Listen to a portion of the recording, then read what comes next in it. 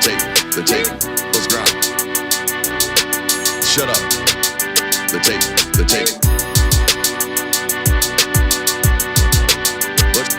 Let's grind. The tape. We do it a little bit different around here. We ain't gonna play. Shut up and grind the tape. Let's grind. We ain't gonna play. Them dogs in your face. Let's grind. We ain't gonna play. Shut up and grind the tape. Let's grind. We ain't gonna play. Them dogs in your face. Shut up and grind. Let's grind. Grind the tape, bro. Grind the tape, bro. Grind the tape. The tape. Let's grind. Grind the tape, bro. Grind the tape, bro. Grind the tape, bro. Shut up and grind. Grind the tape, bro. Grind the tape, bro. Grind the tape. The tape. Grind the tape, bro. Grind the tape, bro. Grind the tape, bro. The tape. UGA game day, boy, we ball out. Pull up, put the whole conference in the doghouse. Leave them 6 feet, see me on the win streak. All-star status, go coach, and the bench deep. Offense on 10, how we run it? Your best ain't nothing, we gon' send them boys punting. Black and red, got them dead on arrival. Defense hunkered down for the tie. Hey, you don't want it with the dogs. Film guy on it, you don't want it with my dog. Break it down, play by play, that's the day-to-day. They know we ain't come to play, boy, it's UGA. Kirby smart, I cannot play the fool. Back to back, we did not come to lose. Back to back, like we got something to prove. Pay your dues, dog nation on the move. What's up? We do it a little bit different around here. We ain't gonna play. Shut up and grind the tape. The tape. We ain't gonna play. Them dogs in your face. Let's grind. We ain't gonna play. Shut up and grind the tape. Shut up. Let's grind. We ain't gonna play. Them dogs in your face. Shut up and grind. Let's grind. Grind the tape, bro. Grind the tape, bro. Grind the tape. The Shut up tape. and grind. Let's grind. Grind the tape, bro. Grind the tape, bro. Grind the tape, bro. Shut up and grind. Grind the tape, bro. Grind the tape, bro. Grind the tape. Shut up and grind. Grind the tape, bro. Grind the tape, bro. Grind the tape, bro. Shut up.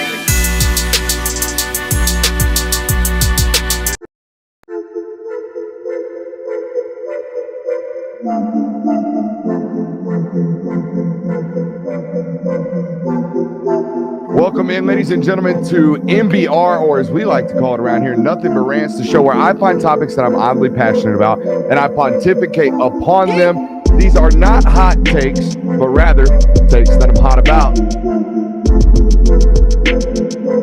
What's up? You really like that?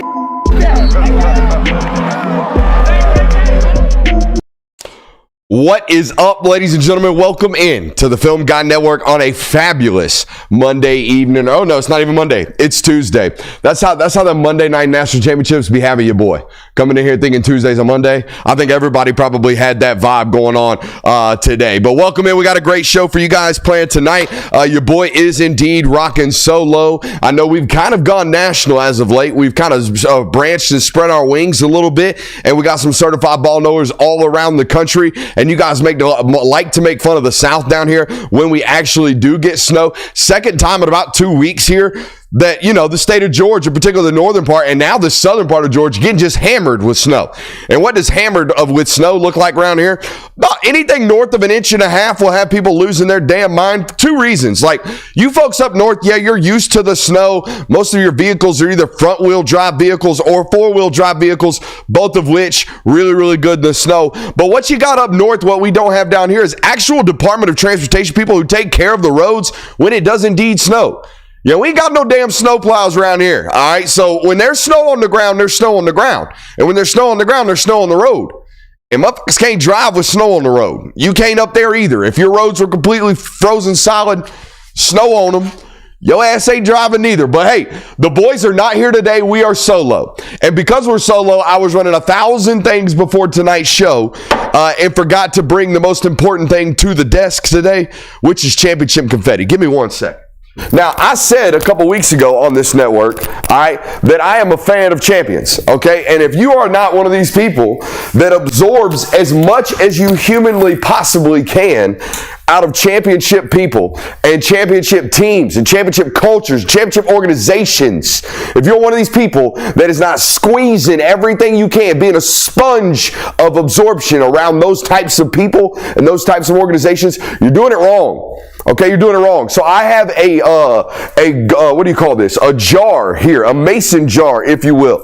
A mason jar here on the desk of confetti that I have accumulated, okay, over the years of national championship teams and events that yours truly has covered. So today, as I promised several weeks ago, today we will be adding to the championship confetti, all right? And I got quite a lot of it last night from, down there in Mercedes-Benz Stadium. I'll probably be pulling confetti out of this bag for quite some time. But I want to tell you something, okay? I want to tell you something that resonated with me about this football team, all right? I had a football coach back in the day, Coach Robbie Ross. Shout out Coach Robbie Ross. If you're listening today, I don't know why you would be, but shout out to you. Now, Coach Robbie used to say, or Coach Ross, I should say, Coach Ross used to say this quote right here, okay? Potential just means you suck now. Okay, a lot of young football players, a lot of young people, okay, a lot of young people in this world get told, oh man, you got so much potential. You got so much potential. Again, all that means is you're not good now. Okay, if someone walks up to you and says, man, you could be so great.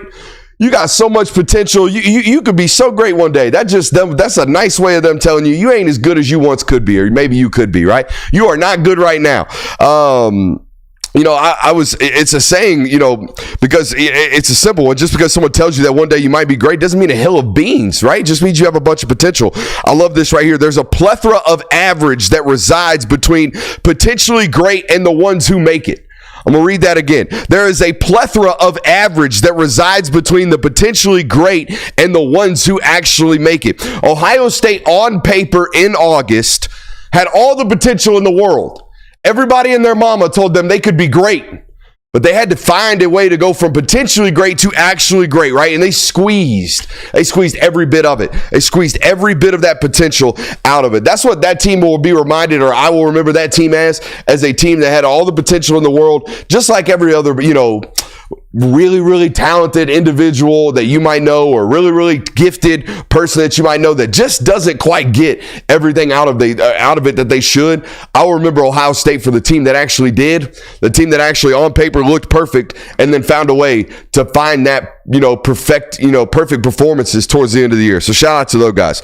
Welcome into tonight's loaded show. We got a great one for you guys planned. Make sure you hit that thumbs up button, like, subscribe, and rate, review. And if you're wondering, hey, why is this guy talking about subscribe and rate and review? First and foremost, subscribe on YouTube if you are not already. Okay, you need to be subscribed to this network. If you have found us on the algorithm for some reason, if you're watching us on Twitter right now and you're not subscribed to us on YouTube, please go do that right now. Okay, get us to that 50,000 subscriber number pretty quickly. And rate, review, right? If you miss any portion of tonight's broadcast, it will be made readily available, however, wherever you get your podcast. We got a great show for you guys tonight. We got a national title recap like nobody else can do it. I know you guys love when we break down recaps and show you how, or at least talk it through how we saw the game break down last night. So we'll talk about that. Obviously, I was in person, had a first-person view of that one. Got a bunch of overreactions from last night's football game that I want to talk about and bring to the forefront for you guys. How much time does this buy Ryan Day? I've got an interesting take there. I also want to talk about Big Ten's little bro syndrome that is very much so on display. So much so that I was fitting to have to meet some Ohio State Buckeye fans in a parking lot last night because they was out here booing a national treasure, I think is what we will call this individual. How dare you? So if you're an Ohio State fan tonight that was in attendance last night, I'm going to cook your ass because you was out here doing something that blaspheme on the nature of good humans last night inside that stadium I want to talk about. And we will also take a quick look at next year's national championship odds brought to you by our friends over at BetUS. If you're looking for a new book this season, well, it has concluded, but we got some other, pro football stuff going on. We got future bets to get in on the action over there at BetUS. Use promo code YouTube150. You get 150% deposit match on your first time deposit up to $2,000 and 125% deposit match up to $2,000 on your next 2 deposits over there. Again, using promo code YouTube150. 150. We got to support those who support us, ladies and gentlemen. I know we are growing. We are growing. But every time we grow, and every new listener that has not supported those who support us need to head over there. Use that promo code YouTube150. And don't forget, they got a live casino over there on BetUS nowadays. So if you're one of those people like myself that every once in a while just feel a little itchy to put 100 on black, you can head over there to roulette right now on BetUS. You can get over there on the blackjack table as well. They got a live casino. So make sure you support those who support us. All right, let's get into this game recap. Make sure you hit that thumbs up button, like, subscribe, rate, review. Y'all like my Mrs. Coffee Cup mug today? By the way, we also have some new stuff that got added to the desk. We got this dope little 2025 national championship little mini helmet. You know, this is about the time that Kirby zooms in on my face in this helmet and lets you guys know just how dirty my teeth are because I drank too much coffee, and shows you the nice, neat stuff. We obviously have our new confetti. I got my credentials hanging up as well. We just got a bunch of stuff from those folks over at the College Football Playoff and the National Championship, so we appreciate those guys. Let's rattle off this actual reaction and recap from the show. First off, Notre Dame opens up the game with an 18-play, 10-minute scoring drive where Riley Leonard had 9 carries. I got Twitter sniped by the Barstool account. I should have went buku viral last night, boys. When Riley Leonard, after the first drive, I tweeted the Popeyes, worker meme where they're outside smoking a cigarette with their hands on their knees. I said Riley Leonard in post game. Yeah, immediately 6 minutes later got tweet sniped by Barstool, and they got 500,000 likes, and your boy got a couple hundo. I wasn't mad about it, but that's what it was, right? Riley Leonard, that opening drive, 9 of 18 plays, half of the drive was him. I was stunned to see Ohio State almost like take 3 quarters to decide that, realize that, every time they're in second down, they're going to run Riley Leonard to get into what I'm calling from now on third and callable. All right, what is third and callable, ladies and gentlemen? Well, when we are an offense that cannot drive the football down the field, lacks explosivity, lacks weaponry, doesn't have an ability to consistently throw the football into windows and consistently create chunk plays, passes of 8, 9, 10, 12 yards beyond the line of scrimmage in terms of average depth of target, aka Notre Dame's offense. Well, we are one of these football teams. On second down, we better find our way into third and callable, which is third and fourth and shorter. All right, third and callable is, in other words, we have every play in our playbook and we don't have to guarantee 9 yards. In other words, we're multiple and we're diverse. It took them way too long, Ohio State's defense that is, to figure out, we need to load up to stop the quarterback run, particularly on second down. Damn sure on second and 12.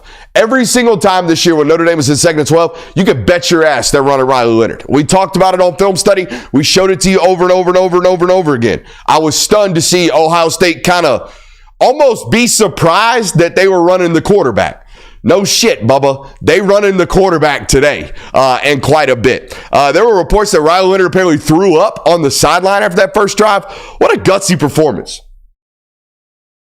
I didn't think it was necessary for Dan Orlovsky to say that's the greatest drive he's ever seen in football. Thought that was a little bit too much, but nonetheless, what a great opening drive for those guys. Then Ohio State gets the football, and there's a lot of talk about it going into the football game. What are they going to play? They're going to be a man-to-man football team like they've been all year. Are they going to be a zone football team like everybody else has tried to play Ohio State because they're so deathly terrified of these weapons in this pass department game and all this good stuff? That was the big talking point. What are they going to do? And your boy had the all-22 angle of this game. My press box seat was right down the Ohio State sideline at a 90-degree angle. So we really had a chance to see the field like you're supposed to see the field during these games. And it was very clear to me that, Notre Dame defensively opened up the game, single high safety, corners rolled down, butts to the sideline at the snap, bailing, playing really, really tightly compressed cover 3, but nonetheless, the corners were bailing like hell to start the football game in a cover 3 setting, playing a lot of zone. And it's all right. I understand the reason for doing it. And guess what? I thought they did a great job in the first half limiting explosives, keeping everything up underneath them, and really making Ohio State play diligent and patient and drive the ball down the field and really matriculate the ball down the field and do something that they didn't want to do, right? Which is play disciplined and play boring, if you will, and not take shots. The only problem was they're not a zone football team, so they weren't creating tight windows. Okay, you can play zone all you want, but if you're not creating tips, if you're not creating overthrows, if you're not creating hesitancy, if you're not creating a lack of confidence in the quarterback's delivery and strike, then you ain't going to get up off the field. And that's what happened. Ohio State and Will Howard opened this football game 12 for 12 at the quarterback position throwing the football. That is a bunch of zone coverage. Yes, an inability to create tight windows. That's the most important thing. And look, our most poignant thing about that game to start the football game. I thought there were a lot of mistakes, and we'll talk about those. I thought there's 5 real critical errors by Notre Dame that you're just not going to overcome when there's this much of a talent discrepancy. But I thought there were some unanswerable problems for Notre Dame defensively against that Ohio State offense. You couldn't play man-to-man because they couldn't provide safety help. I think it was pretty obvious to me that they realized, oh shit, we're not going to be able to light box these guys. We're not going to be able to play 2 high safeties. We're going to have to roll one of them into the box anyways, which it completely almost eliminates your ability to play man-to-man coverage on a down-to-down basis because you're not playing safety help over Emeka and Jeremiah Smith. And it's something we talked about, going into that football game. You can play man coverage as much as you want, but you better be able to do so with 2 high safeties, meaning that other safety can't help out in the run game. He's got to be playing deep safety. And that was the problem. They weren't able to stop the run with light boxes, so they couldn't play man-to-man, and they also couldn't play zone coverage well enough to force, like I said, incompletions, tips, overthrows, and all that good stuff because it's not what they do. And it was kind of funny because I went viral for tweeting out Al Golden talking about, you play what you play. You get here playing what you play, and you're not going to come out being a different football team just because it's a national title, just because they do what they do, whatever. You're not going to come out and just play a different brand of football. They tried. And they didn't play it too well. And that was my number one mistake. I think I got 4. I got 4 critical errors from Notre Dame that I thought cost them this football game. Number one, first and foremost, you got to change the looks, man. Whether you play man, whether you play zone, whatever it is, it doesn't matter to me. All that matters is that we don't play one thing consistently. These coordinators are way too good. These offenses at this point in the season are way too congruent. They're they play way too good together. They know what zone coverage looks like. They know what man coverage looks like. So if you play 12 snaps of it in a row, they're going to be comfortable as shit. I thought the main problem with what Notre Dame did from the box, again, I haven't watched the tape, so we might find a different answer when we go look. I didn't see a pitching, game plan. I didn't see, here's a snap of man pressure on 1st and 10. Oh, we got him in the 2nd 12. Here's some soft zone coverage. Oh, all right, here we go. We got him in 2nd and 2. Let's play some cover 0 against these guys. I didn't see a bunch of different looks. I saw, well, shit, coach, we're going to try to open in zone coverage. And then the entire first half, they absolutely murder you with now screens. They murder you with attack, zones into the flat. They murder you with mesh zone concepts. They murder you with deep overs. They murder you with flood into the boundary. They murder you with all these zone concept beaters because they notice you're playing zone for 2 full quarters. And then, guess what? You make the adjustment. You play man coverage. Midway through that 3rd quarter, most of that 4th quarter, they're giving them problems. Playing man coverage, mixing the looks a little bit. I thought that was the primary problem. Not that you decided one way or the other. It's that you didn't decide to mix the looks. That's what you have to do at this point in the year. Okay, so I thought that was the primary up front and foremost problem with this type of game plan, at least mistake and critical error, if you will. Not changing the looks early enough and often enough. Number 2, the 4th and 2 fake punt at the start of the 2nd half was crazy. Now, I don't know. I have no idea what that looked like on TV. I only know what it looked like inside the stadium.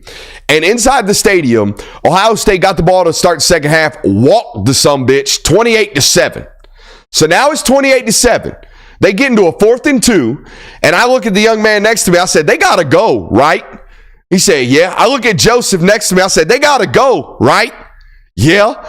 Everybody in the stadium knew if they were going to have any chance of winning that football game, they had to go. They had to go right then, right there. So what do? They run the punter out there. And again, I don't know what you saw on TV. I know what I saw inside the stadium. And it was chaos. All right. It was nothing but a failed attempt from the get-go. 4th and 2, whole stadium knew you're probably going. You run the punt team out, but you run the punter out standing in his position all by him lonesome. The other 10 guys and the backup quarterback have now ran into the formation and they're huddled up for a really, I'd say 10, 14, 15 seconds. Just sitting there huddled up while the punter's back there, just back there dicking around. They all break the huddle. They come to the line of scrimmage. There's not 3, but 1 personal protectors in front of the punter. You know, those 3 guys that stand back there, almost always big, fat offensive linemen that are there to make sure nobody blocks the punt. Instead of 3 of them, there's 1 of them, and he's a quarterback. And the whole Ohio State defense at this point is alert as piss, going, hey, pay attention, alert, fake punt. They deny the ball. 4th and 2, get up off the field. Now, I know that I think there was a fumble later on in that possession. It's the process, not the results. It's the idea that everyone and their mama knew you fitting to go for it. And instead of just lining up and playing football and trying to win the game, we try to trick our way into a dub. And that shit ain't happening. That shit is not happening. Okay, so I thought that was a critical mistake. Number 3, the decision to kick the field goal. I know people are hunting him and getting onto him, but I'm going to be honest. I understand it. And this is going to sound crazy. I think there were 7 minutes left in the football game at that point when they score, when it's 4th and 9 or 4th and goal, ball at the 9. I think they're down 16 points with 7 minutes left in the football game. So at that point, not only do we have to convert a 4th and 9, but then we have to go score another time and get another 2-point conversion, our second of the game, and then score again and get a third 2-point conversion, our third and consecutive of the football game. Okay, look, I don't know how you guys do your analytics, and I'm not an analytics guy, but I think it's pretty statistically impossible to not only convert a 4th and goal from the 9 against the nation's best defense, but to also score and kick another, score another 2-point conversion and get another 2-point conversion. You see what I'm saying? Statistically, I just think it was a little bit impossible at that point. It's more likely that you're going to, kick the field goal, have 7 minutes left in a 13-point deficit, 4 timeouts, right? 3 timeouts in the 2-minute warning. I'm fine with the decision making there. I'm not fine with the outcome. That's probably football gods telling you that you're a P word, and that's unfortunate.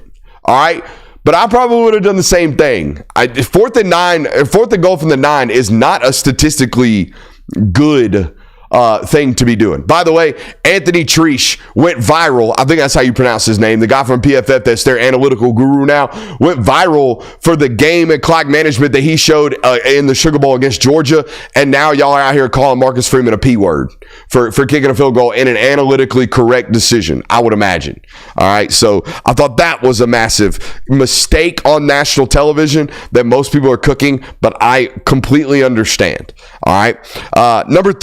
Number 4, the personal foul penalty on 3rd and 9 was just, man, that's not Notre Dame football.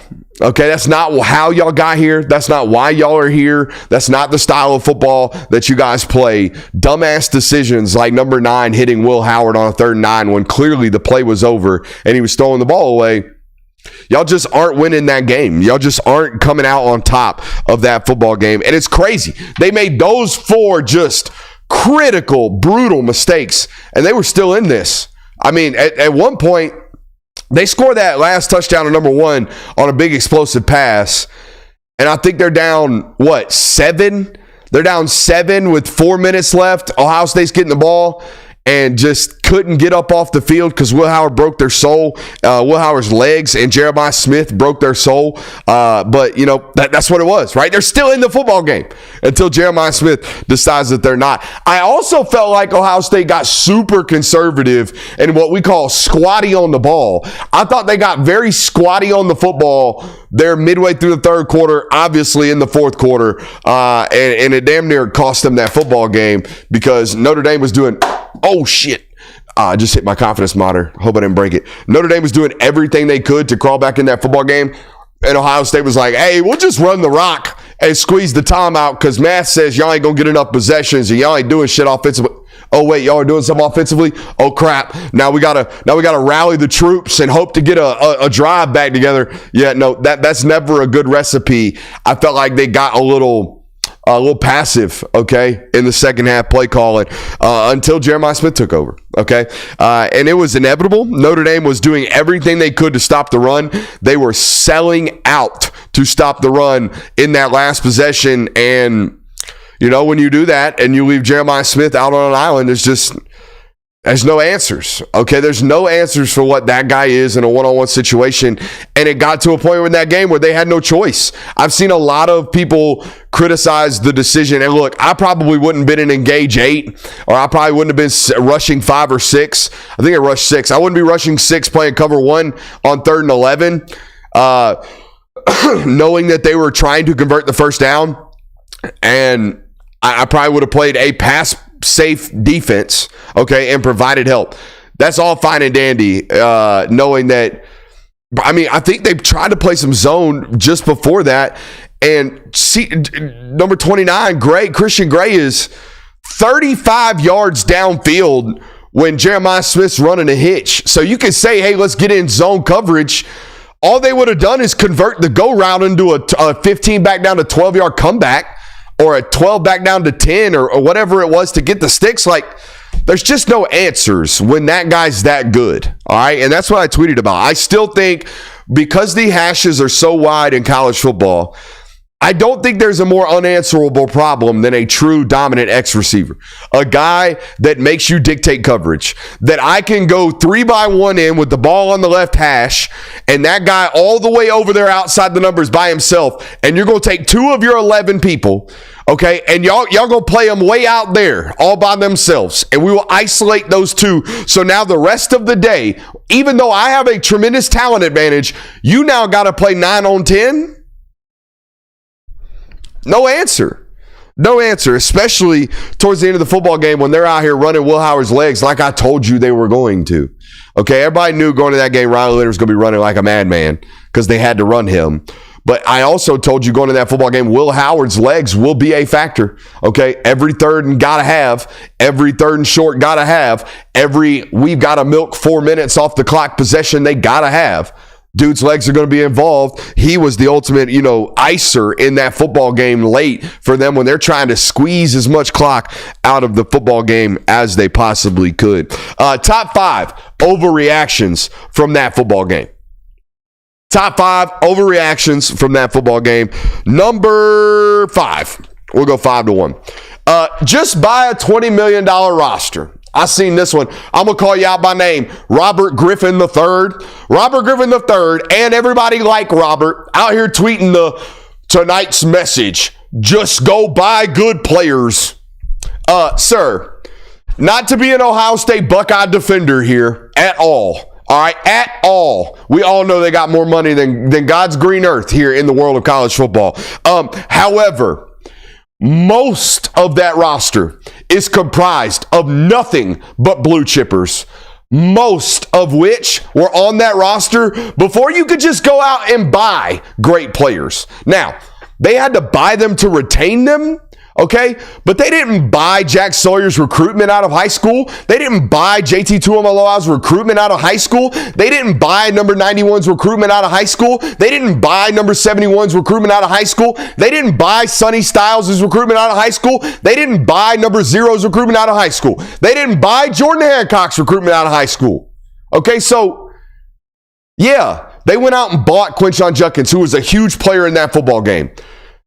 Notre Dame bought Riley Leonard. They went out and bought, Caleb Downs, who is a massive football player in that football game. Notre Dame went out and bought Jordan Clark. Okay, so I just go buy $20 million roster. Okay, Oregon reportedly spent $23 million. All you goofies that trust all that NIL reporting, which I've told you from jump is fugazi, all of you that believe it, what is Oregon's excuse? Why aren't they out here winning national titles and walking through everybody like Ohio State did? Maybe it's because Ohio State figured something out.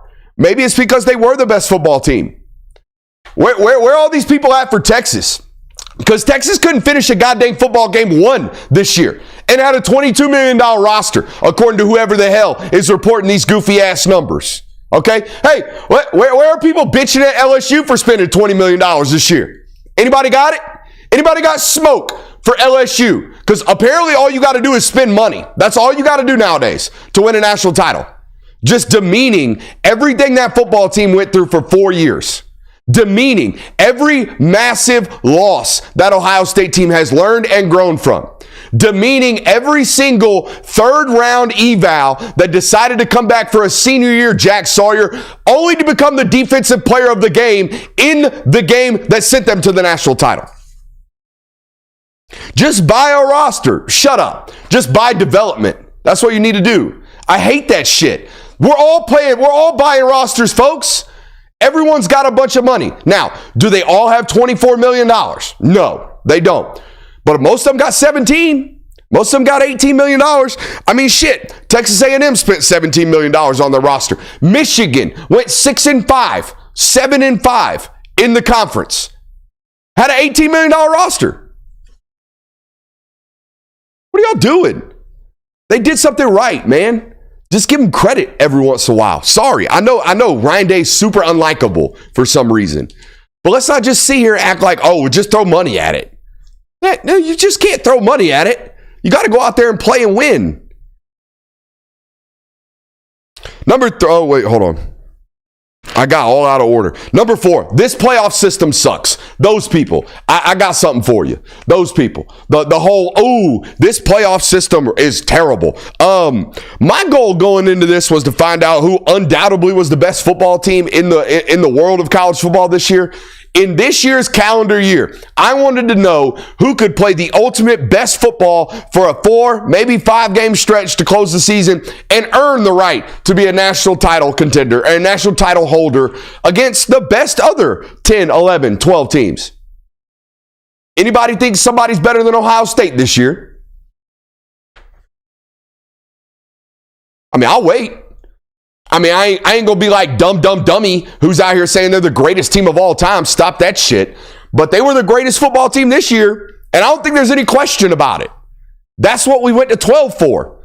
That's what we have a 12-team playoff for. So I can sit here on Tuesday with 3 hours of sleep and tell you that's the best team in college football. We know that. We got it. This playoff system sucks. You suck. Number two,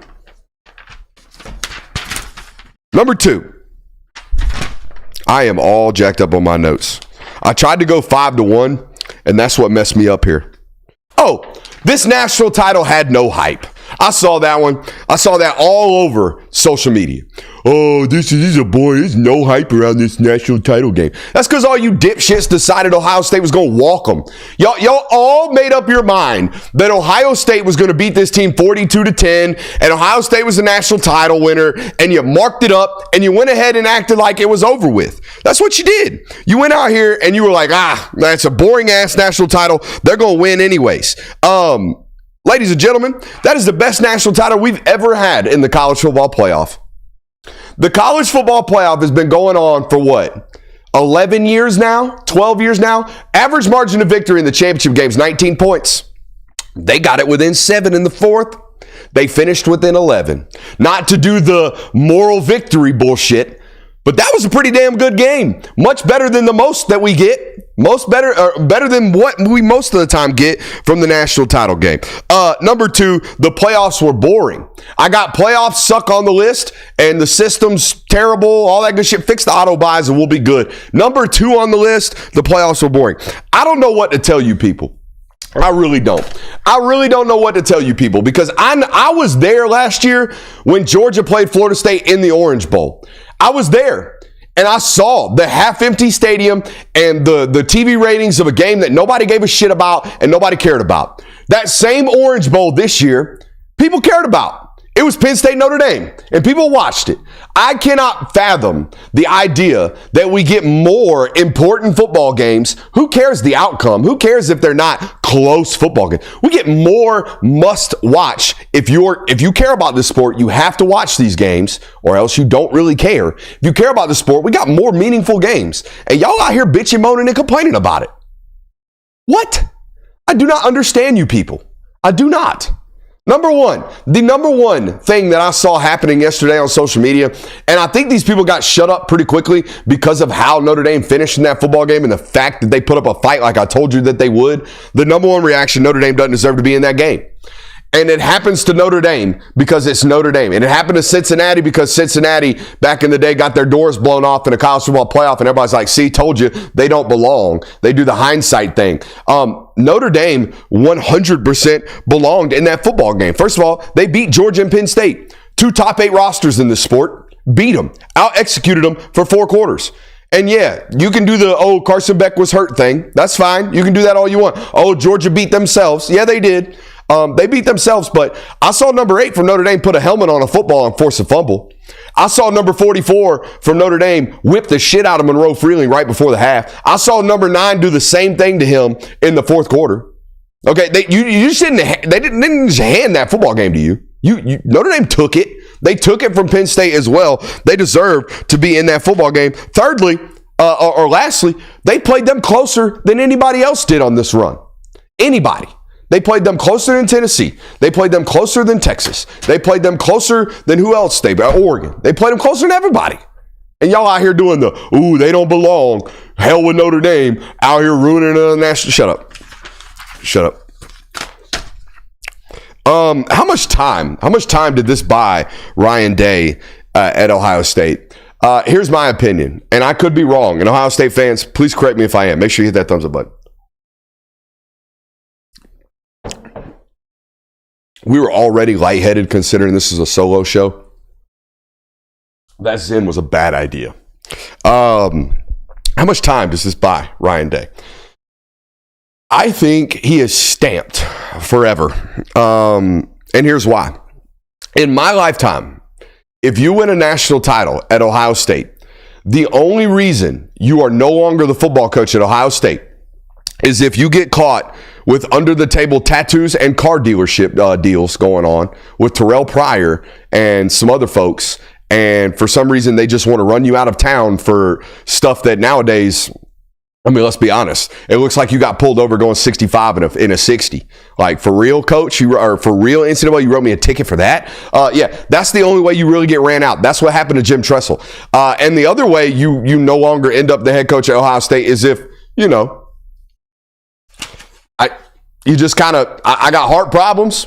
I'm going to take a year off on that Fox desk, and I'm going to go make $12 million kicking kickers up there in Jacksonville. That's the only way. That's the only way they get rid of you once you win a national title. And by the way, both of those football coaches, absolutely revered by Ohio State fans. I mean, my God. One of the loudest pops last night, Urban Meyer, getting inducted into the College Football Hall of Fame. Jim Tressel on the sideline. I saw him in the post-game celebration with confetti raining down on his face with his wife. They do not let you leave. Once you win national titles, all that you ain't good enough shit ought to go right out the door. That being said, lose to Michigan next year, they're going to look at you pretty funny. They're going to look at you pretty damn funny if you go 0-5, 5 straight years against Michigan. Okay? I felt like that entire program had like a lingering thing over them. I felt like that entire program had a, oh shit, here we go again type of vibe about them. Now, not no more. Now I think that's a monkey off the back for everybody. That's a monkey off the back for Ryan Day and all of those players that have watched him, particularly those sophomores and juniors, those sophomores and juniors that will return next year, that have watched him go through all of the trials and tribulations, ultimately to come out on top. So I think he's golden and stamped for good again until, Terrell Pryor is selling his bowl rings for tattoos. Until that happens to Jeremiah Smith, I think he's good, unless he wants an NFL job, which I don't think he does.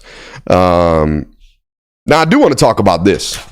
I do not, for the life of me, understand. I do. I as a younger brother, I totally understand this. So I don't know why I said that. For the life of me, I don't get this. I totally get this. Obviously, by now, everyone's probably seen the viral photo of the Ohio State fan in the front row of the national title with the sign that, and again, I'm paraphrasing here, that says something along the lines of $8,000 for tickets, $4,000 for hotel rooms, $1,000 for flights, seeing Ohio State win a national title with SEC teams at home, priceless. You know, when you do something like that, you just expose little bro syndrome for everyone in the world. For everyone in the world, they now know that this bothers you. It's no different than what people claim happens on social media when you acknowledge haters. They're like, oh, this means that this gets under your skin, so the next guy is just going to do it to you. I don't know if you should have this little bro complex anymore. Okay, what should be happening is separation of funds complexes. Okay, you teams that can't afford $20 million rosters, you teams that can't afford $17 million in North valued rosters right now. Until rev share comes, you are in a different playing field. Okay, no different than back in the day when it was just payments under the table. SEC teams certainly dominated those player acquisition strategies.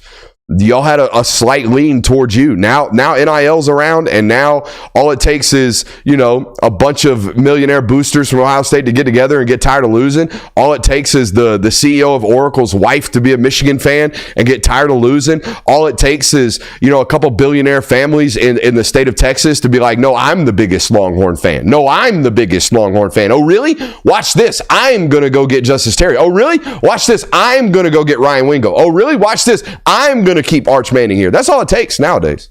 Okay, so I think there are a separation of teams who can and teams who can't. Obviously, this was well forecasted. Nick Saban told you NIL was just going to create a separation of haves and have-nots like you've never seen before. I don't necessarily believe that to be the case. I think we've evened out the playing field more so than ever. I think there are 20 teams, especially coming up next year, that can compete for national titles, whereas in years prior, under the previous player acquisition strategies where it was just payment to players and cash payments to players, I thought that gave us like 4 or 5 teams on an annual basis that actually had a chance.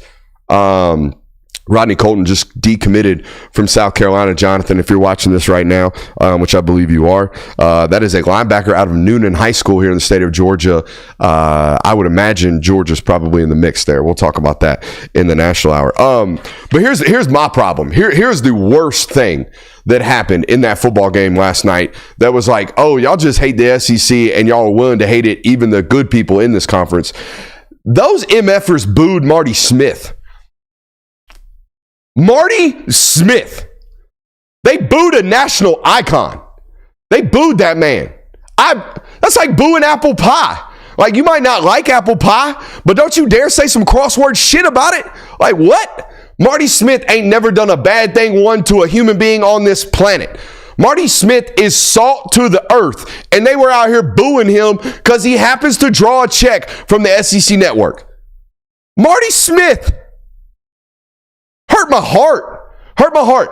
I literally went on social media, and I'd have met them all. I'd have met them all in the parking lot. It would have been like one of those trivia questions. It was like, hey, Brooks, how many kindergartners, if they all stormed you at once, do you think you could take at one time? New question. How many Ohio State fans could you take at one time if you knew that they booed Marty Smith? 1,000. 1,000 Ohio State fans at once. All of them dotted right between the eyes for booing Marty Smith. The freaking nerve, the gall, the unmitigated gall to be out here booing Marty Smith.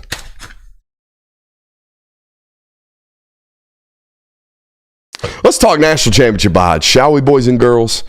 These come courteous of our friends over at BetUS. Again, if you have not checked out BetUS, you need to. Promo code YouTube150, get you 150% deposit match on your first deposit.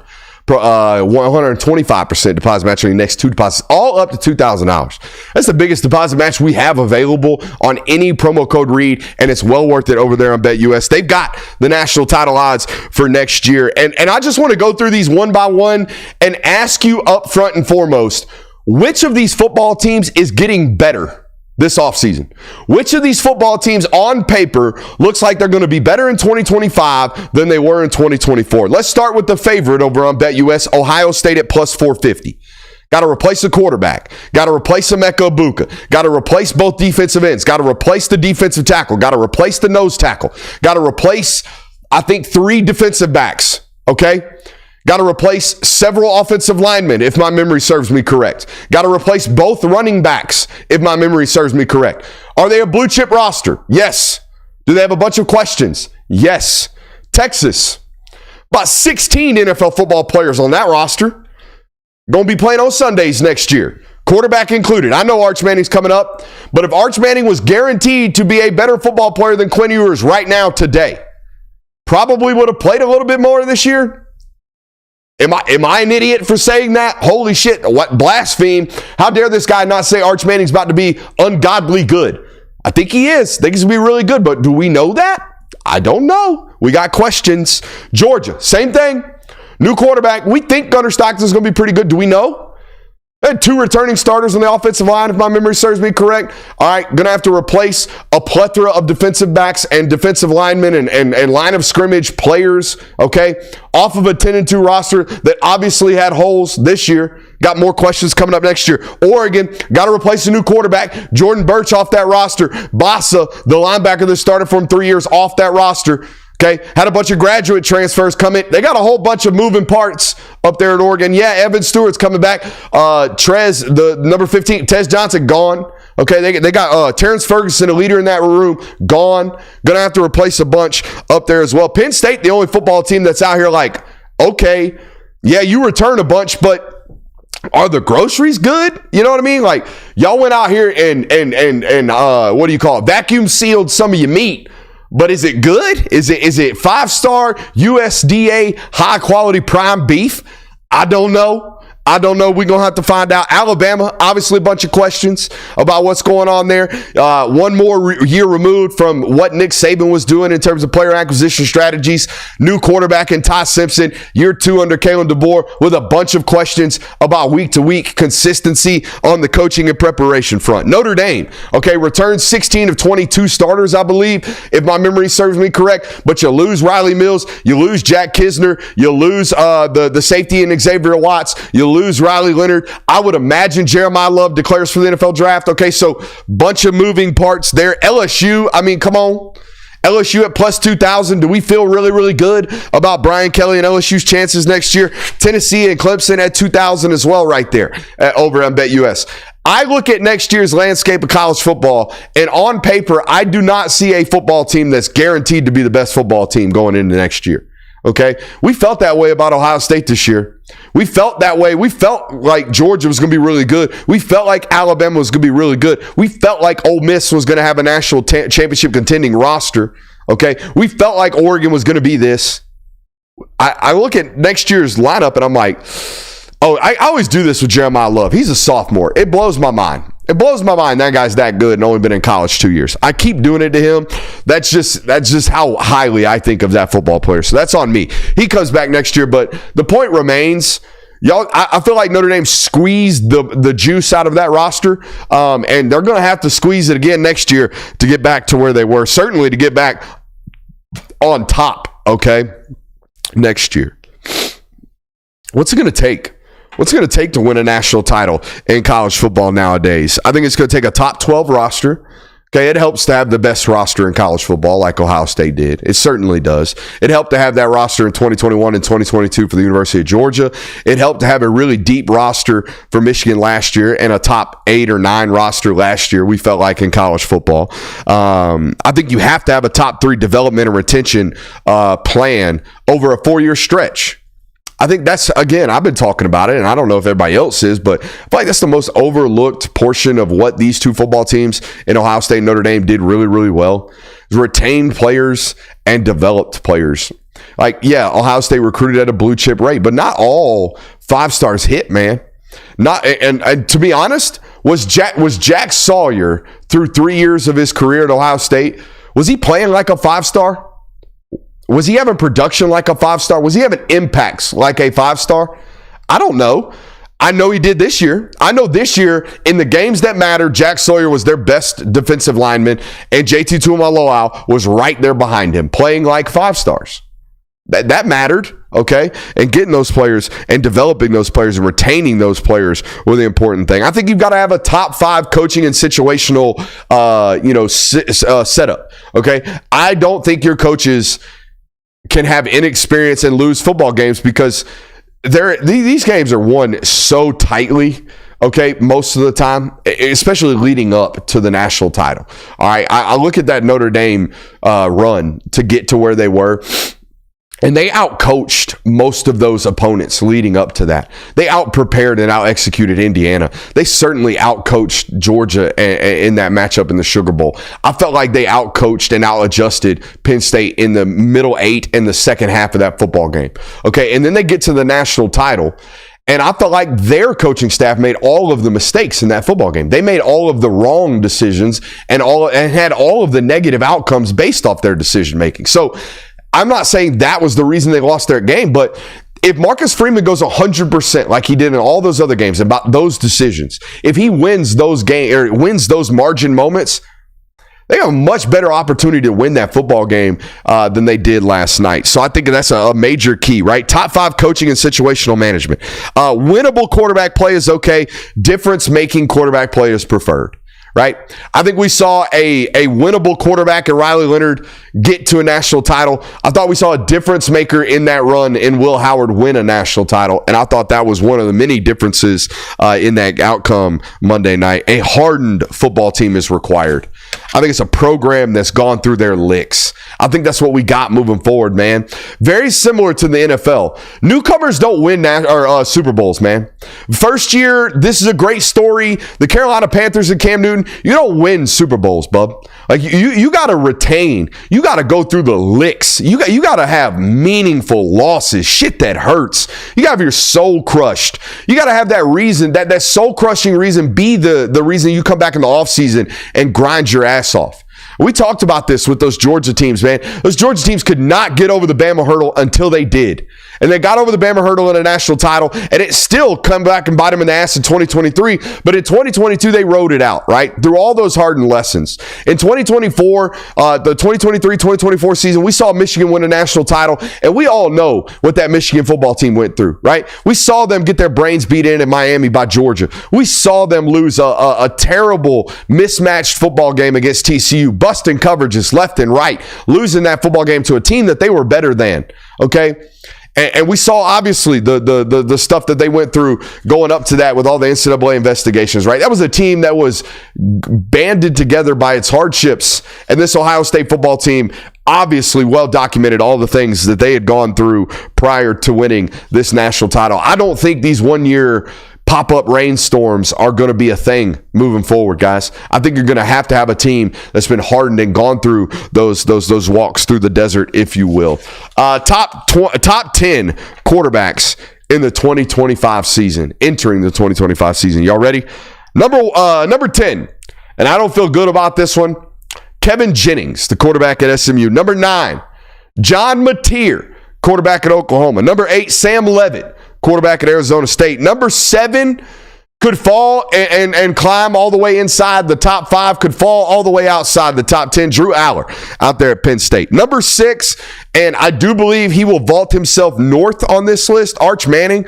I'm not one of these guys that's just going to guarantee, you're going to be a great quarterback. I want to see it. I know I've seen glimpses of it. I've also seen glimpses of very, very rash and wrong decision-making at the quarterback position, as you would expect with any young quarterback from Arch in the limited time that we've seen him play. Number 5, Carson Beck down there at Miami. Number 4, Nico up at Tennessee. Number 3, Cade Klubnik. And number 2 and number 1, very similar evals for me, slightly different in various ways. LaNorris Sellers, number 2, DJ Lagway, number 1. I am really, really excited to watch both of these football players, or quarterbacks rather, play in the upcoming season. I can't wait to see the flash plays that DJ Lagway makes. I can't wait to see the amount of growth that LaNorris Sellers has hopefully made in the protection of the ball department, okay? So all of those things I'm excited to see in this upcoming 2025 college football season. Make sure you hit that thumbs up button, like, subscribing, rate, and review. And ladies and gentlemen, we have a whole nother hour worth of notes. I don't know how long it's going to be because your boy's caffeined up, and I just rattled off 7 pages of notes in 54 minutes without taking a breath. We'll be back on the other side of this break for another hour.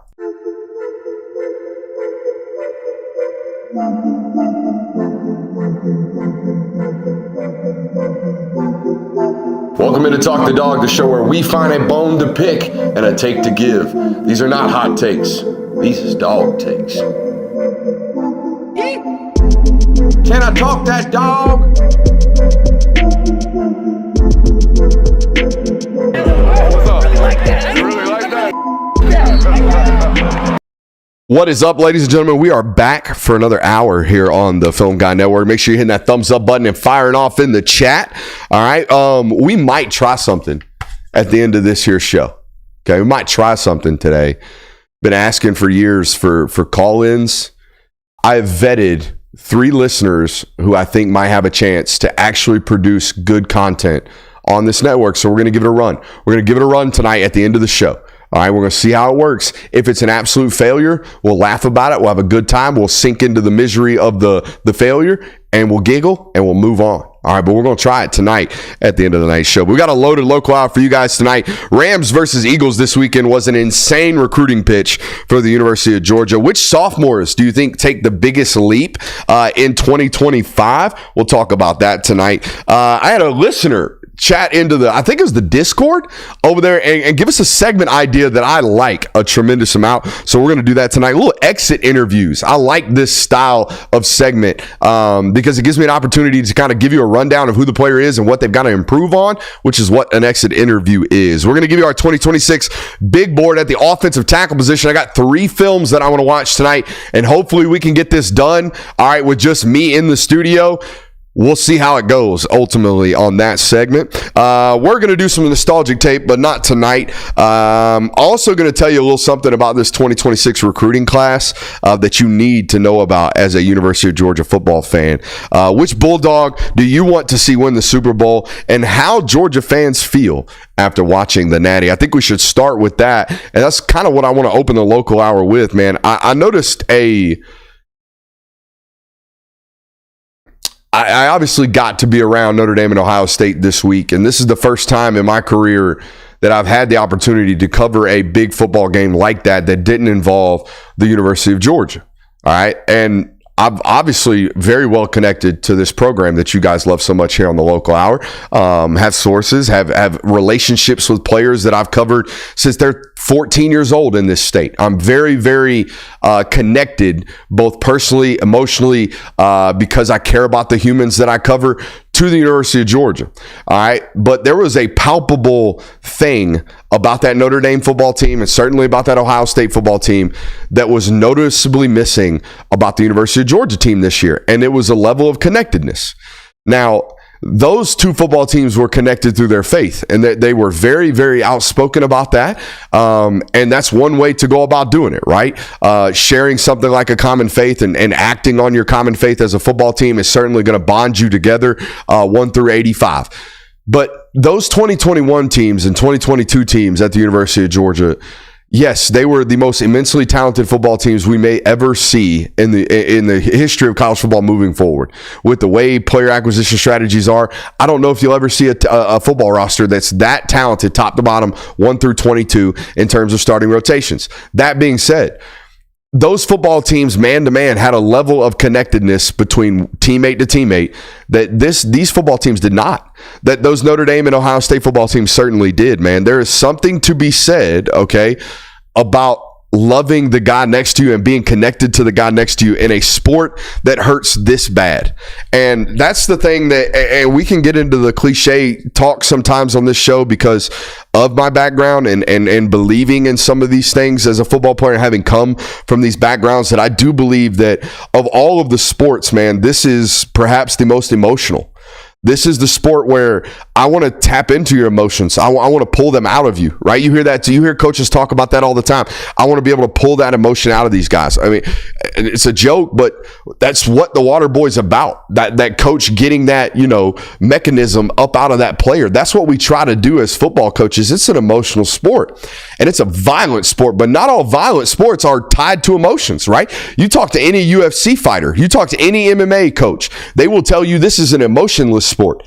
All right, we got to go in there and fight without emotions, because if we do, we'll lose the fight. We'll be too emotional. We'll be too gassed. Football's different. Football is about pain and suffering and being willing to go and fight. Again, cliche, being willing to go and fight for that extra inch because the guy next to me, I care about him, and the guy leading the huddle, I care about him. That's what gets you through a 17-game schedule, man. Not just having a deep-ass football team. It's a connected football team. That's what was missing. When I watch when I listen to those Notre Dame players, when I listen to those Ohio State football players, I hear a team. I hear a collective unit, not a group of people looking for someone to take the reins of something. No, they've all taken it up on themselves. So I think that's what was missing this year, an emotional connectedness to my teammate. And having come from a football background, you never know why the teams that win. Except for that, they play more connected. They play for each other at a higher rate. They've all got great players, but at that point, at that end of the season, at that rate, every football team you're going to play is really freaking good, man. They all got great players. So you gotta find a difference, man. You gotta find a motivational factor. You gotta find an emotional key that gets you different. Okay, that gets you different. Make sure you hit that thumbs up button. I told you, we got a segment suggested from a listener the other day, and forgive me, man, for not remembering your name. I remember the segment, we wrote it down, and I think it's going to be a recurring segment moving forward. Little exit interviews. All right, so here's how this is going to happen. Exit interviews are something that happens with every scholarship player on the college football level. And nowadays, these exit interviews are basically negotiation periods. You go in there and kind of negotiate what your salary is going to be for the next coming year. Not only that, you find out what your landing spot is on your roster, where you're at, what areas to improve on, things like this. Now, used to, at the Division II level, where yours truly played, okay, this was an annual thing. At the end of the spring, you go sit down, and you and your head coach about to find out how much scholarship loans you finna take out and how much money they actually gonna give you. I think it's one common misconception about Division II football. Not everybody gets a full ride scholarship. In fact, nobody does, really. There are 35 scholarships, if my memory serves me correctly, that are there to spread out over the entire roster on the Division II level. So every single spring, you go in there to sit down with your coach and have this exit meeting. What you are doing is negotiating your next year's salary. That's what these football players are doing nowadays at the college level with NIL being involved. You go sit down, you go find out your place is, and coach says, hey, we either have an opportunity to give you more money, or your money's getting cut this year because you went from a 2 to a 3, because the 3 went from a 3 to a 2, and he's getting your money. So here we go. Exit interviews. Let's start with Raylan Wilson. Come on in the office, Raylan. Well, Raylan, I can't lie to you, son. We were expecting a major jump in year 2 of your career here. And look, I know it's not your fault. Honestly, it's a byproduct of the circumstance that you are in. You play linebacker at the University of Georgia, and it is a really heavy and deep room. We all understand that. And not only is it a really heavy and competitive room that doesn't have a lot of oxygen in it, but Smile Mondon returned this year. And I don't think when we signed you out of high school in the class of 2023, Raylan, you and CJ both, I don't think we envisioned Smile Mondon being here for a 4th year. So that definitely inhibited your ability to play on a down-to-down snap basis. And I also think it inhibited your growth a little bit. Good news is, next year, free reign. No more Smile Mondon. So you're going to be all right. We are certainly happy, Raylan, with you as a leader on this football program. By all accounts, everything we know about you, everything we hear about you, you do the right thing on a consistent basis. You do the right things consistently around here, and that's all good. But let's be real about what's in front of you, okay, Raylan, or rather, what's behind you, because that's the most important thing right now in this exit interview, Raylan. Yes, Smile, no longer in the room. A little bit more of a rep share coming your way. A little bit more of a leadership role coming your way. Yes, Bowles out of this room. A little bit more breathing room in your, vicinity with regards to juniors and seniors on this roster. However, let's take a look at what's behind you, son. Justin Williams, Chris Cole, good football players, damn near great football players, will be one day great football players at the University of Georgia. They are no joke. I need you to do whatever you have to do this offseason, Raylan, to remain healthy and get back to being the football player that not only has a nose to find the football, but a freakish ability to get there once he smelt it. Okay. That's what I need from Raylan Wilson. I need Raylan. I need you to turn in to that freak that we all knew you could be coming out of high school. All right. And I think with a bunch of snaps this fall and certainly this spring, I think we're going to see that year 3 pop that my co-host here, Kirby, is always talking about.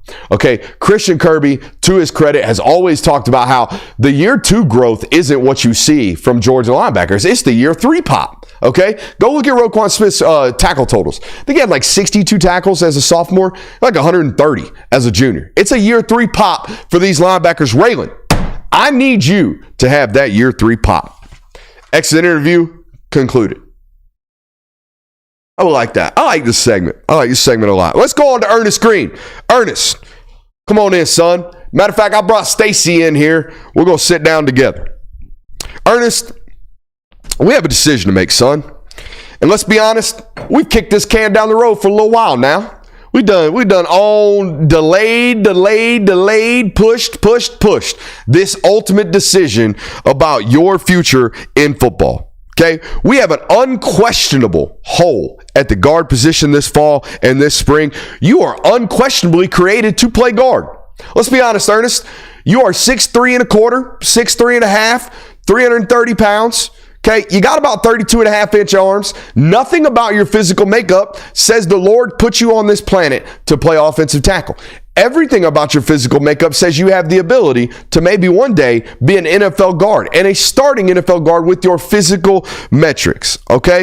And the NFL, honestly, the NFL draft process and your eval feedback just told you this. All right, yeah, we had a banged up year this year. But even if you played like a vet and a pro like you did as a redshirt freshman, even if you had one of those types of seasons, I don't know if the NFL is looking at you as a top 60 eval right now at the tackle position. I think you've got one of 2 options right now, Ernest. Okay, in all honesty. And I think this is your option moving forward in the life of football. I think you have to answer a question about what you want to ultimately do moving forward. Option number 1, you can jump rope every single day of the rest of your life, and you can get down to about 310 pounds, and you can be the next Isaiah Wynn, and you can hope to be the next Isaiah Wynn, an undersized tackle who has elite feet, all right, just rat-a-tat-tat feet, elite footwork, elite hat and hand placement, never wrong in terms of your technical assignments, never, ever busting mental assignments. You can do that, all right? And you can dedicate yourself to becoming the next Isaiah Wynn and hoping that plans out, that plan takes you to a 7-8 year NFL career like Isaiah's did. And maybe you are that type of football player at the tackle position. Or we can spend the next 6 months in a heavy squat rack and we can learn how to uproot 3 techniques and we could be a 12 to 14 year pro. We could do that. We can go on that path, but here's the deal, Ernest. If you're not going to want to be a guard, if you want to be a tackle, that's fine.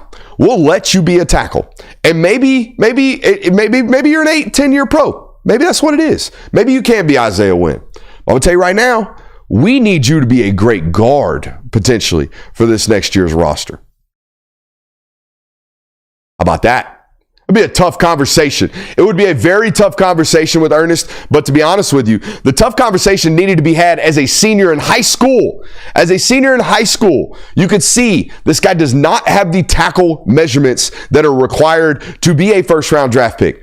All right, he's got all of the technique savvy in the world to be a great tackle. He just doesn't have the physical requirements to be an NFL tackle, but he does have those to be a guard. However, we can't just throw him in at guard and expect him to create movement. All right, there are questions about his ability to uproot, at the point right now at tackle, right? Take a defensive end and move him against his will. There's questions about that with Ernest right now. So is he going to be able to do that at guard? I don't know. It might just be better for him to be a tackle, right? A tackle player in a guard's body is a great college tackle. He might not be a great pro tackle, but he's a great college tackle.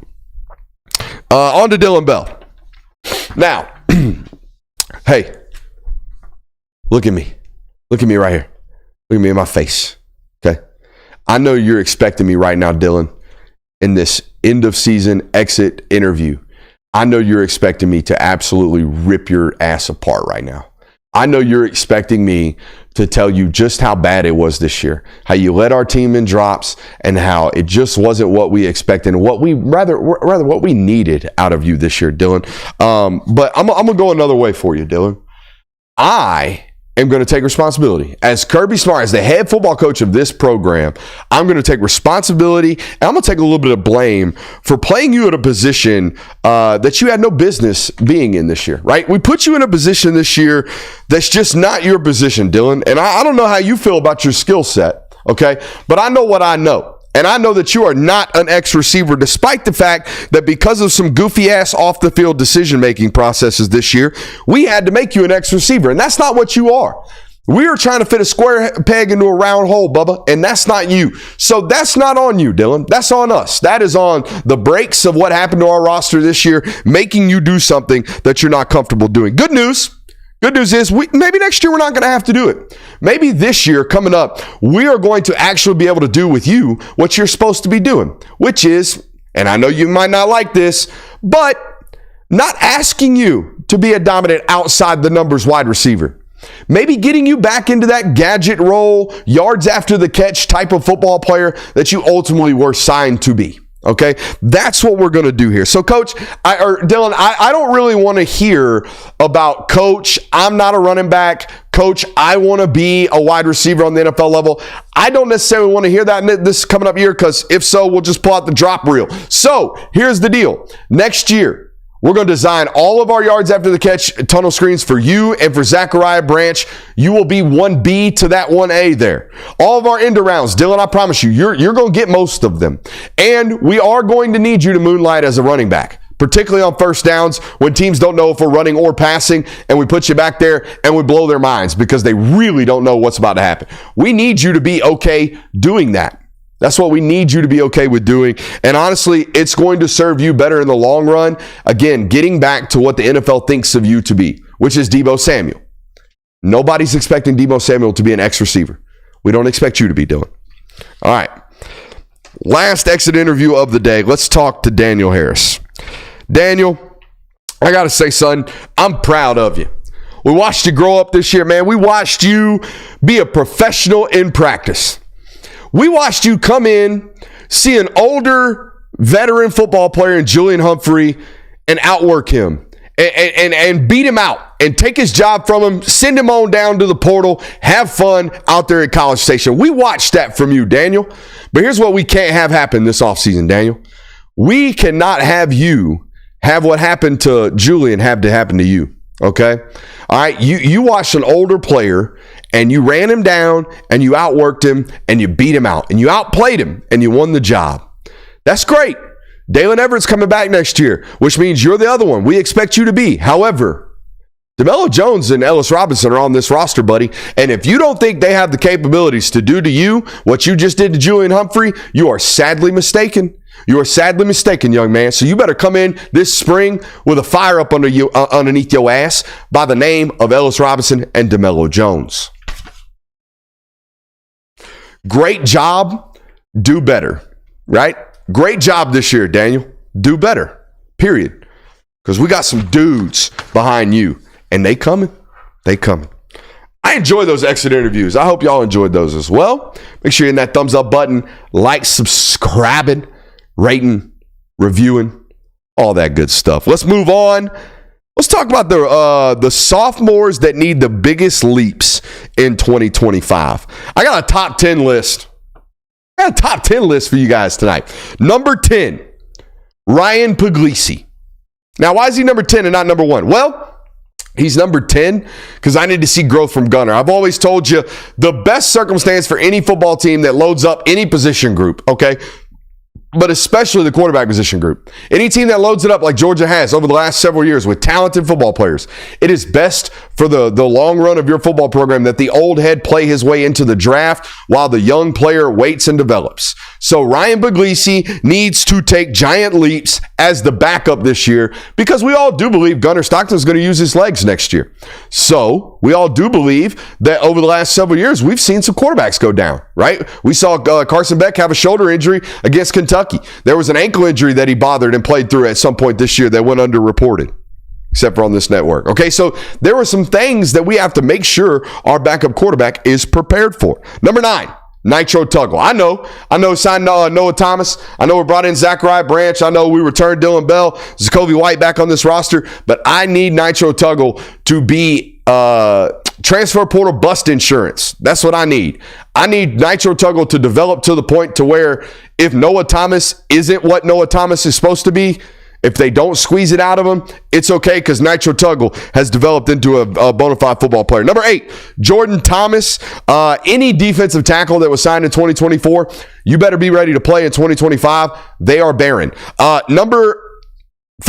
Number 7, Nate Frazier. I think it goes without saying, primary back next year. Need him to take a massive jump next year. Number 6, Nazir Johnson on the list for the same exact reason Jordan Thomas is. Number 5, Joseph Jonah Ajonye. With the loss of Damon Wilson, with Tiernan of Dawkins declaring early, Michael Williams declaring early, all of the losses at the edge and defensive end position, Joseph Jonah Ajonye is going to have to make a massive jump and massive leap in year 2 for this roster to help alleviate some of those losses. Obviously, Gabe Harris is going to do this as well. This is a football player that's going to need to join in on that development. Number 4, KJ Bolden. Obviously had a great freshman year. I need to see All-Americans year 2. They're going to have that. He's going to have to be a difference maker, a leader, a staple of the defense, an absolute game wrecker and game changer. Number 3, for the very similar reason Joseph Jonah Ajonye was on this list, give me Quintavious Johnson. All right, the edge rusher out of Mays High School. I think he's going to have a big year. Right now on paper, I think he's the starting jack. If you make Gabe Harris the starting defensive end, thin. Number 2, Jaden Riddell. Yeah. Y'all need a play-making SOB at the wide receiver or the tight end position. I'm talking about put it in his hands, coach. Watch him do something scary. I need that guy to have a big year. Number 1, the most important sophomore for Georgia entering 2025, Daniel Calhoun. Gonna have to play. Not be good. I'm talking about start and be a dude for this offense to be what they think they're going to be next year. So not only was that coffee just terrible pre-show, it's since become cold. All right, let's see if we can get this done. Let's go to the board and let's do our offensive tackle big board. Okay, so the 2026 offensive tackle big board, 1 through 5 right now. Okay, 1 through 4, and then the 5th is an in-state highest ranked kid. Okay, Jackson Cantwell, we've already watched his tape. Emmanuel Ahianacho, I think I nailed that. Emmanuel Ahianacho, we're going to watch tonight. My Nigerian prince, the offensive tackle. Kenyi Pepe. We're going to watch Kenyi Pepe tonight as well. And Malachi Lee, a Hawaiian offensive tackle. No tape on that guy, but we're going to talk about him. And Alexander Brewer. This is how you know I only snuck this segment in because Christian Kirby is not here. That Sequoia Sicko fan. This is the highest ranked offensive tackle in the state of Georgia. And he's a Sequoia Chief. So we're going to watch his highlight tape tonight. Let's go to the board. I am away from the chat here. So, and I just lost the shoe. So we're going to see how this goes. You know what? I've had fun tonight. Doing shows like this by myself, when there's not total chaos and everything works right and I do it all by myself and it runs smoothly, it makes me wonder sometimes. Would I just be better off doing it by myself? Just kidding. I would never. Did for a while. It was boring as shit. Let's watch my man Emmanuel Ahianacho. What a name. Ahianacho. Yes, sir. Here we go. No, don't nobody want Google Chrome as our default browser. Get that up out of here. All right, this dude, he is massive. I think he's listed at 6'7", 310 pounds. Okay, and I believe, if my memory serves me correctly, he is young for his grade as well. Here we go at left tackle, and you can see, man, oh my God, the power in the hands, guys. The immediate shock from the hands here. I think it said he was flagged for roughing. Oh, they threw it on him for jumping on him at the end of that? That's a little bit questionable there, ref. Let's see where he is right here. He's at left tackle again. Oh, we're going to see him running here. Dude, okay, this guy, I'm going to tell you right now, really, really long arms. I would bet Emmanuel is guaranteed to be a 400-plus pound bench presser.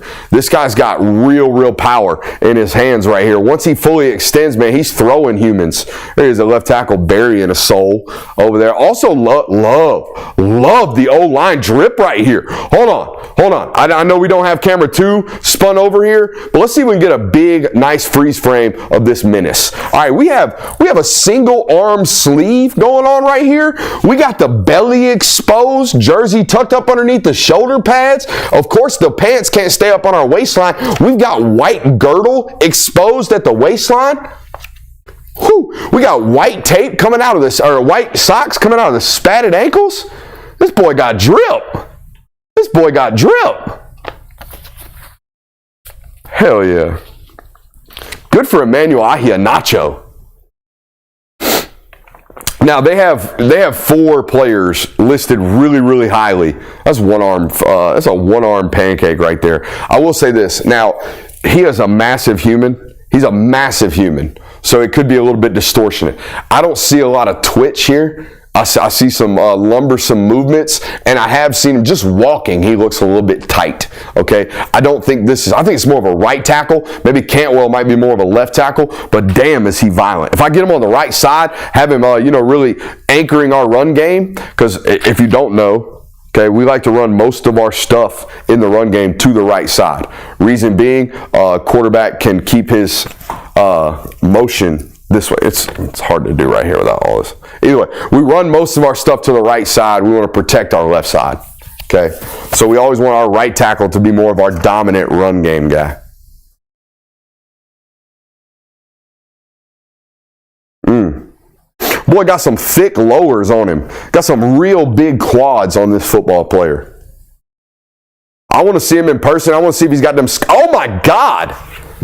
Ugh!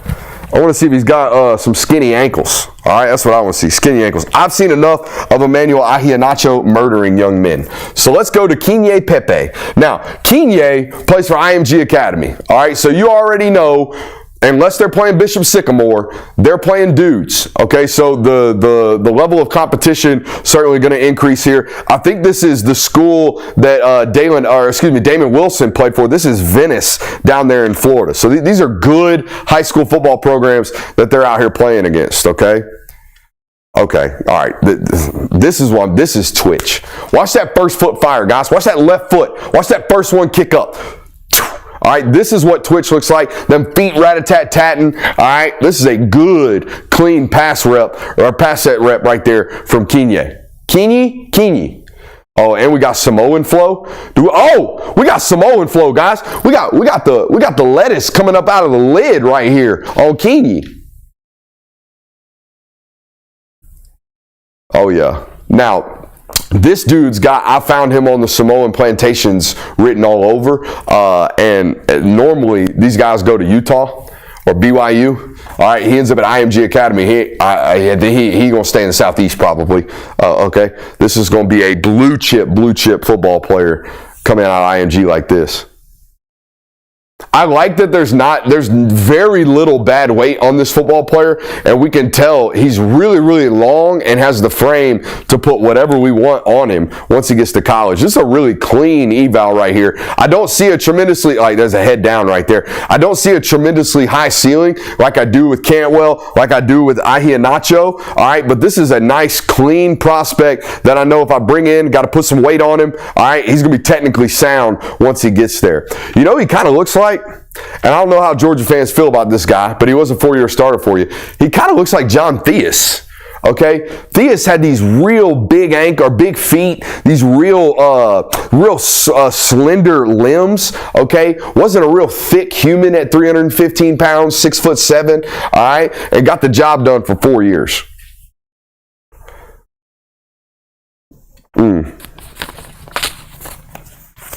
Interesting. Who's that quarterback? All right, let's go on to our last eval of the night. We got the highest ranked offensive lineman, or tackle rather, in the state of Georgia. Our man Alex Brewer out of Sequoia High School. This is new for me. I have not seen this. Let's look at this right here. 6'4", 293, an 82-inch wingspan. Okay, just for you guys at home, anything in the NFL in terms of tackle length is 84 and a half plus. Okay, maybe 83 is the bar. I can't quite remember. And 33 and a half plus on individual arm length size. Okay, so not wingspan, but arm length. Another reference point here for you, like a guy like Broderick Jones at 6'4", 290 pounds in high school, had 35 and a half inch arms and 85-inch wingspan. Okay, so a little bit much broader of an athlete than what Alex is right here. But I guarantee you we see some fight to finish on this tape. Okay, I just lunch pailed him. I'm sorry, Alex. That's on me. But yeah, we're out here fighting to finish. Sequoia was a really good high school football program this year. Went into a deep run into the playoffs, if my memory serves me correct. I love 20 yards downfield offensive linemen. That's what I love. Look at these wide splits right here. I like this. All right, one thing I'm going to tell you. Hey, don't be out here fixing your mouthpiece in the middle of the snap. Go hit the sumbitch. If we lose a couple teeth, all right, the girls are gonna think we're cooler. Did y'all see that? That little run your face mask through his face. Let's go. Yeah, and then go jump on him. I like that. This looks like a guard body type to me, if I had to choose. Okay, but we'll see what they ultimately recruit him as. Moving forward down the stretch. I want to go back to the desk now, and I want to have an honest and open conversation about a little something I'm calling maybe a problem. Maybe not a problem, but something to definitely bring to your attention. Okay? Something to definitely bring to your attention. Consider this an advisory notice. All right? Consider this an advisory notice. I ain't gonna lie to you.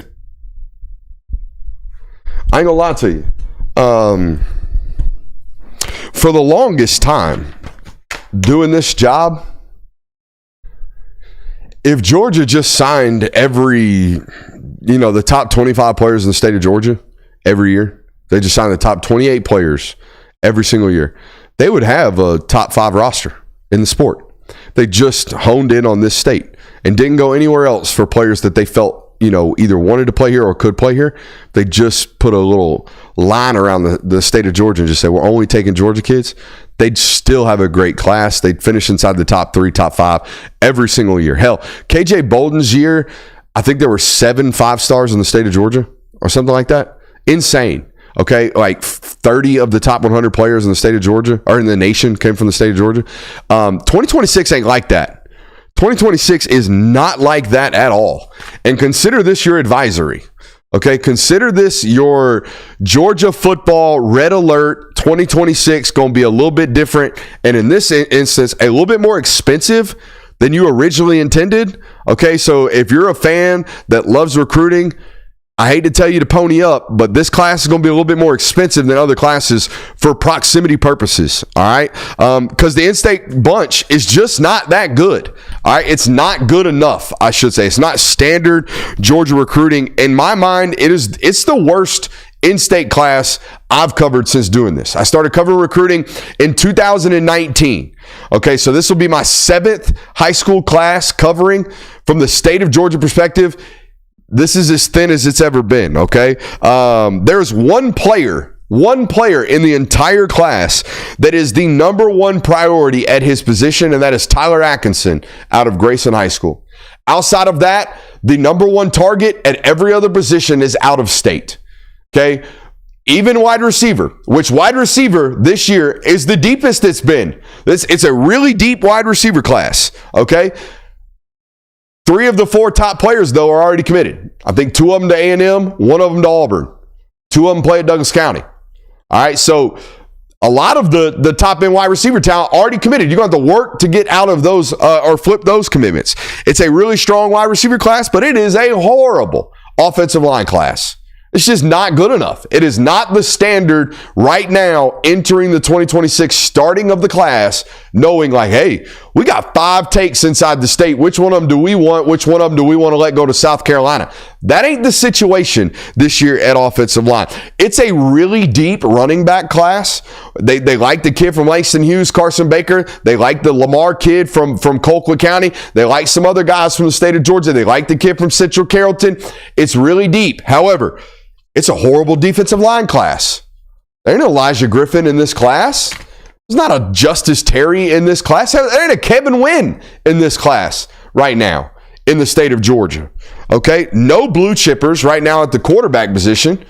Brody McWhorter is the highest rated quarterback in the class out of Cass High School. He's really, really good. He's really good. But he's not, he might get an Elite 11 invite, but he was committed to West Virginia. You see what I'm saying? He might end up at Tech. Maybe he ends up at Georgia if y'all miss on Jared Curtis. You see what I'm saying? The in-state class this year is just not what it's always been. It's just not what it's always been. So they're going to have to get out of the state and be willing to go recruit a little bit more nationally this year. All right, so that is our recruiting conversation. All right, let's get on to this Bulldog conversation. The Bulldog that you want to see in the Super Bowl. Now, obviously, there's a shitload of Bulldogs, former Dogs on those Philadelphia Eagles rosters. And that's where my answer comes. By the way, we're going to open up the phone lines in here in just a second. And when I say phone line, I mean my phone line. So yeah, there we go. But anyways, I want to see Nolan Smith in the Super Bowl because nothing would make me happier than watching for 2 weeks straight Nolan Smith get put on every single national interview platform that there possibly is. Wouldn't that be awesome to watch this guy go out here and have a good time promoting the brand that is Nolan Smith? Y'all think them Kelsey brothers got a good podcast? You ain't even got to do a podcast. Just have a camera crew follow Nolan Smith around on a day-to-day basis. And the amount of joy, laughter, and smiles that you will see come out of that, it'd make for unstoppable content that you can't stop watching is what would happen right there. All right. I didn't expect the local hour to be wrapped up in 40 minutes, but it is what it is. And let's go ahead and open these phone lines as we get a chance to do so. I know there's a 7-second delay here, but it is what it is. Hopefully those people can hear me on this live show. I always love trying new things on this network because most of the time they fail. And it's okay if they fail. But here comes our first phone call. Let's see what we got here. I'm going to turn my lav on so we got this nice, loud, and clear. Hello, you are on with Brooks Austin of the Film Guy Network. Who do I have the pleasure of speaking to today? Hey, Brooks. This is Terry from Dublin, Georgia.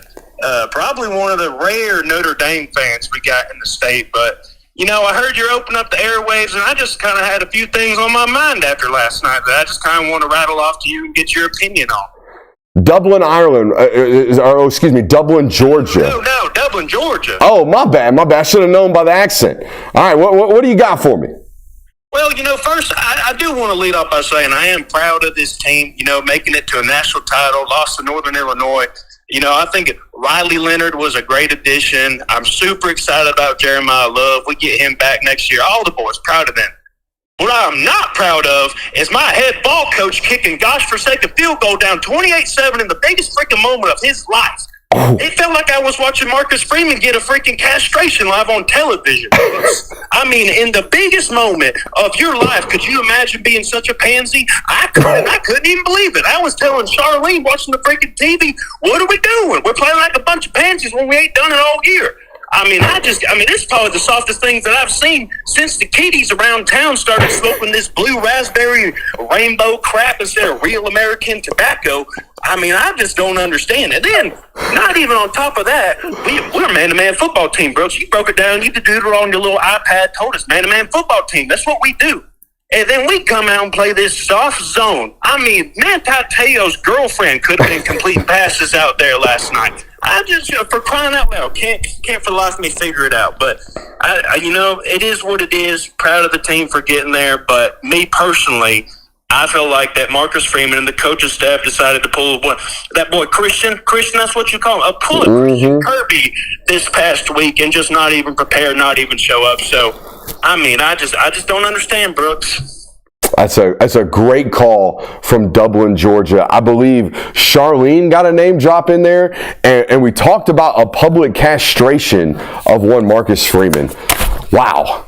What a phone call to start the night. We'll see if they get any better.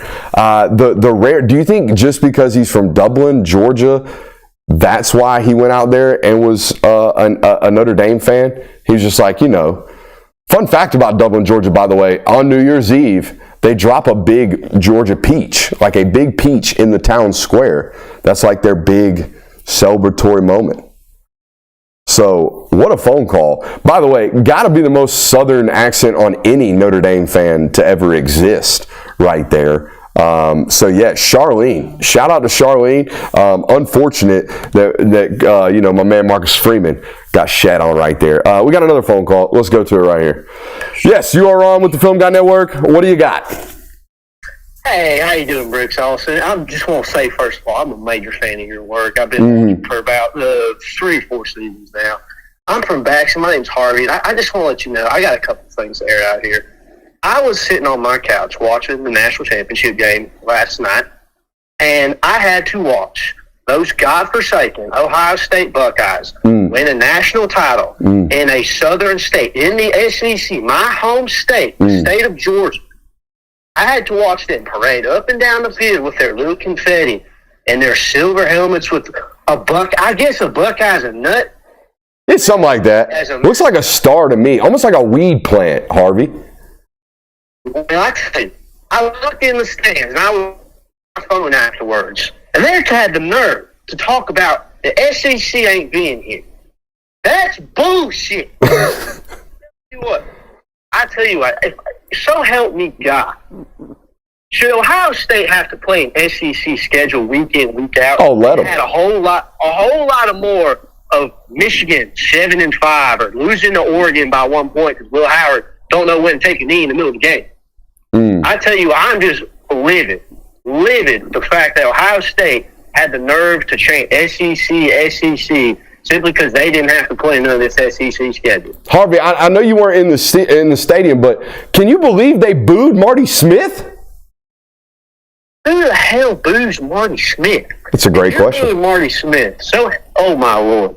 Marty Smith is a national treasure. And frankly, he's one of the only people on TV I can understand nowadays. Thank you, Harvey. Appreciate the phone call, brother.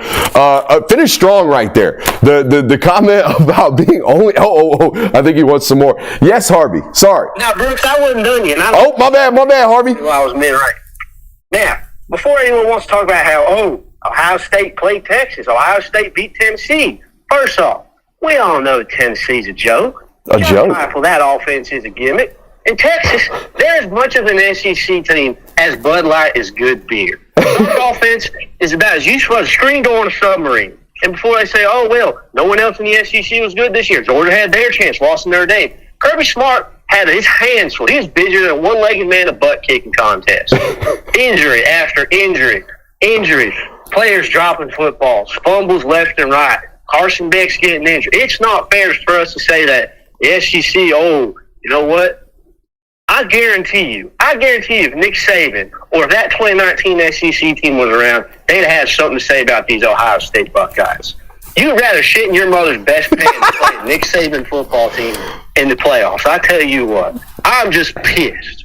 I think that's all, Brooks, so I'll give you permission to hang up now. I appreciate you giving me time for a call. I'm a huge fan of the show. I appreciate you letting me air out these grievances. Yeah, no doubt, Harvey.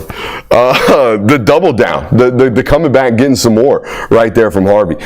Tremendous work right there. Also, the SEC undefeated in hypotheticals. Did he reference 2019 Alabama? Is that what he did? He brought back a 2019 Alabama team and said, let's let them play this Ohio State team. They don't want no smoke. That's a callback right there. That's a reach for hypotheticals. Harvey repping straight from SEC country. There is no doubt about that. I sure would like, I think we have one more phone call that we're waiting on, and eventually we will get that going. So I'm excited to hear what that last phone call of the night has going for us. But, it's a snowy day here in the state of Georgia, so ain't shit going on. But to have some fun here on the network. I think we've got that final call dialed up. Let's go to the phones. Who do we got? Who do we have the pleasure of talking to tonight, my man? Oh, yep. We got you. Let me put you on speaker. Go ahead. Hey, this is James from Franklin, Georgia. Listen, Brooksy. I'm going to call you Brooksy, okay? That's fine. I just want to talk to you about something. Listen, these are some dark days ahead of us, okay? 2 teams from the North came to the South, in the heart of the South, and won a damn national championship, and then the whole damn South freezes over the following day. I don't think that's a coincidence. Not a coincidence. But I'm going to go ahead and continue on with my rant. You talk about connection and composure and all this stuff that it takes to win a national championship with your football team. I don't think you're getting to the major point at all. I got another slightly different take. I think that your head coach needs to be ugly in order to win a national championship. Just hear me out, okay? Okay. Let him cook. Marcus Freeman is a gorgeous man, okay? He's got that strong, he's got a beautiful hairline, he's got that fresh paint, he's got that gorgeous jawline, okay? That man is blazing persuasion, okay? That man is gorgeous, okay? He ain't gonna win no ring being blazing persuasion, all right? Now, we're gonna go back and look at some of these other coaches from the past. I ain't even gonna talk about Harbaugh because he cheated, okay? Kirby's got a bowl cut, and each season that he coaches, he looks more like an actual bulldog, okay? We're going to talk about Nick Saban. Thank God Miss Terry loves him because someone's got to. Okay. Facts. Ed Orgeron sounds like a damn Cajun Looney Tune. Sweeney is college football Joe Osteen. Okay. And I ain't going to let Ryan Day escape either. He pisses me off the most. All right. Going to be damn Timu Brawny man. Okay. Tough team. Then as stronger than his damn team is his beard dye. All right. But I just want to hear your take. I think that your coach has to lack aesthetics and be more locked into the game in order to win a national championship. You just can't be handsome. That's all I got. This is a delightful. Go Dogs, baby. This is a delightful take from my man here. This is like akin to my "you got to be handsome to play quarterback" take. This is good. This is awesome. Marcus Freeman, way too handsome to be a national title winning coach. Ryan Day, not on the cover of magazines for being handsome. Kirby Smart, not on the magazines. Nick Saban,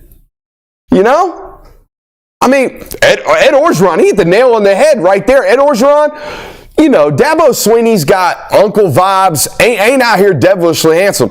Marcus Freeman, too gorgeous to be a great football coach? Not a bad take. Not a bad take. Can't be an ugly quarterback. Can't be a handsome head football coach. I mean, Bill Belichick, dog ugly. I think Sean McVay, only football coach to buck this trend, got 1 Super Bowl, lost another one to an ugly football coach in Bill Belichick. Matched man for man. Handsome went down with an L. Same thing. Not a bad take. One worth taking advisement from. Appreciate you guys for joining us tonight. I hope you had a good time. I know I did. We'll see you tomorrow at noon. Okay, tomorrow is Wednesday. We have a live Q&A coming tomorrow at noon. So you folks at home that got snowed on, all that good stuff, you're going to be needing something to do tomorrow. Might as well hang out with us here on the Film Guy Network. Appreciate you for being here. We'll see you tomorrow.